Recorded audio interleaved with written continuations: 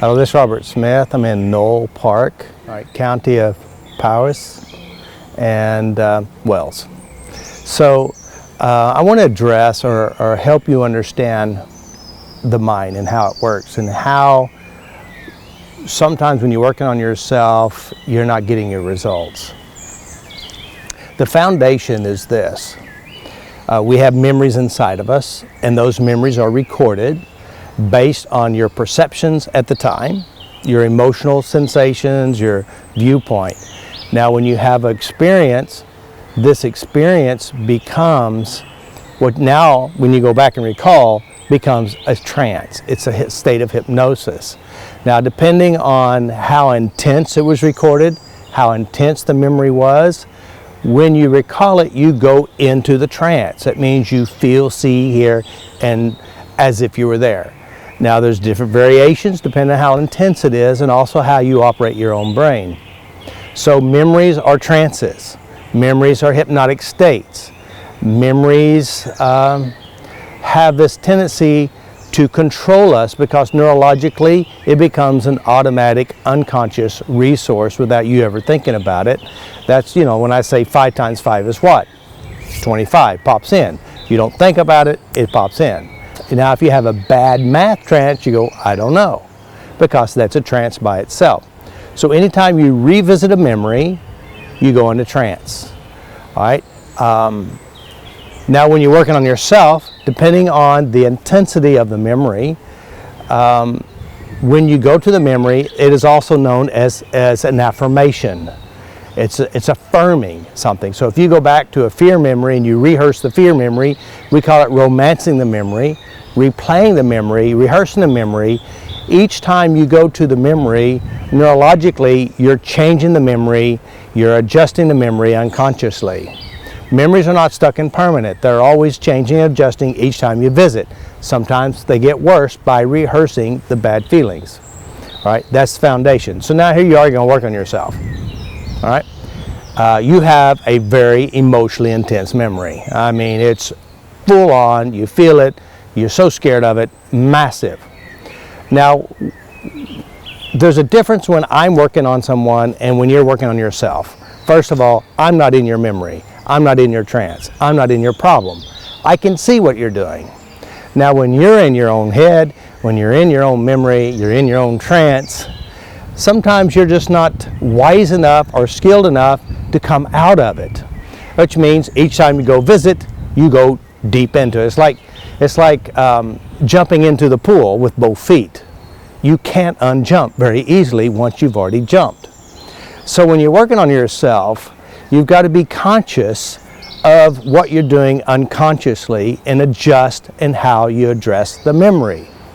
So one of the things is, since what I teach is it's big. It's not one-way cookie-cutter programs. That means if I have somebody super emotionally sensitive, I go one way. When I have somebody who is not so sensitive, we go a different way, depending on the emotional resources, which is in front of me, and how they respond.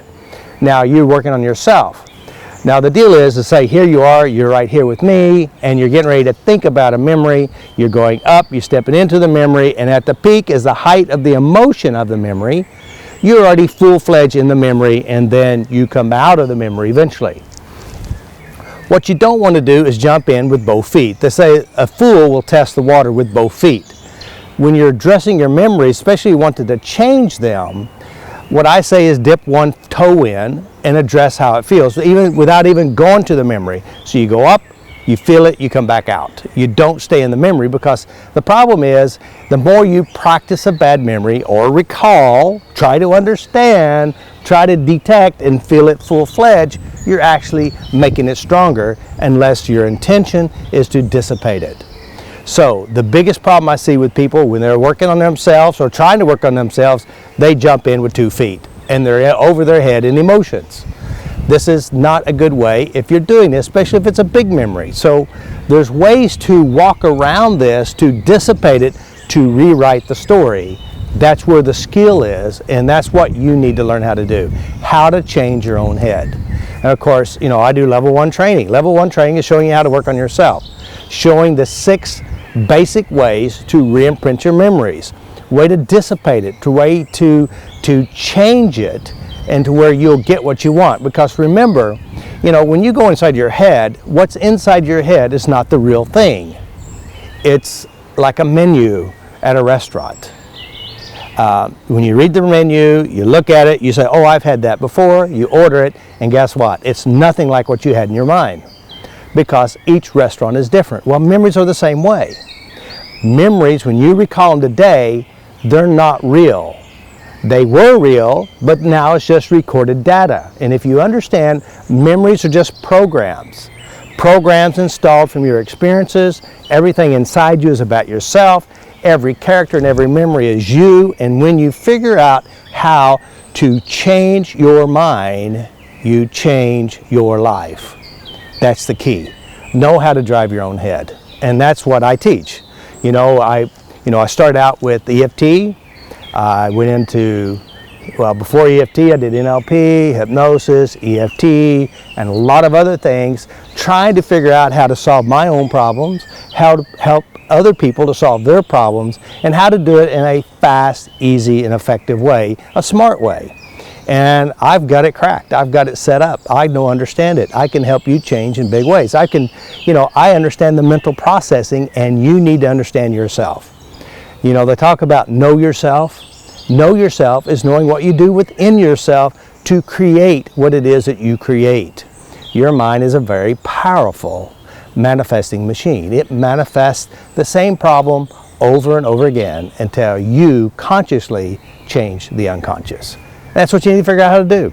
And that's what I will show you how to do that. It's very simple. It's not easy because you get to go inside yourself. And of course, we haven't been friends with ourselves yet. So anyway, this is Robert Smith. I'm here in Wales, and I'm in a park, as you can tell. You can hear the birds around me. Most important thing about all of this that I'm sharing with you, education. Be educated, know how your mind works. Understand what you do within you and change what you do within you to get better results, because you're going to keep repeating the same mess, the same problems, the same emotional issues, the same relationships until you change your program. And your program is the memories in which you carry. So you can change your programs with skill, knowledge, and intention. This is Robert Smith. Peace.